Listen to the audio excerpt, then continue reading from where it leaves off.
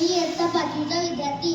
आरंभापासून प्रारंभ करावा की प्रारंभापासून आरंभ, सुरुवातीपासून शेवट करावा की शेवटापासून सुरुवात, अशी अण्णाभाऊ साठे लिखित स्मशानातील सोनं ही कथा मी तुमच्यासमोर सादर करणार आहे. शेजारच्या गावात एक बलाढ्य सावकार मरण पावल्याची बातमी ऐकून भीमाने ताडकन उडी मारली. त्याला आज समाधानाचं भरता आलं होतं. आनंद त्याच्या हृदयात मावेनासा झाला होता. त्याच वेळी त्याने सूर्याकडे मान झुकावली. त्यावेळी सूर्य मावळत होता. आकाशात पावसाळी ढगांनी गर्दीत केली होती. जणू काही जमीन नांगरल्यासारखे ओबड धोबड दिसत होते. वारा मंद मंद वाहत होता आणि त्या जंगलामध्ये असलेली 50 झोपडी भेदरलेली होती. दिवसभर पोटाला पाठी धावणारी माणसं तिथं स्थिरावली होती. सर्वत्र चुली पेटल्या होत्या. हिरव्या झैतून सुमधुर रेंगाळत होतं आणि एका प्रचंड चिंचेखाली भीमा विचारमग्न बसला होता.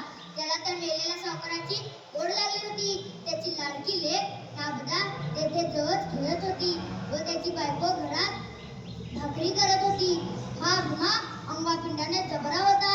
त्याचं प्रचंड मस्तक, रुंद गर्दन, दाट भुवया, पल्लेदार मिशा, तापट चेहरा त्याला पाहताच कित्येक जणांना हुरहुरीत भरत असे.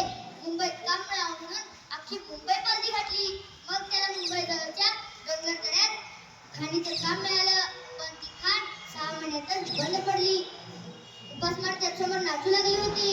आता उद्याचं काय, हा प्रश्न तो स्वतःला सारखंच विचारत होता.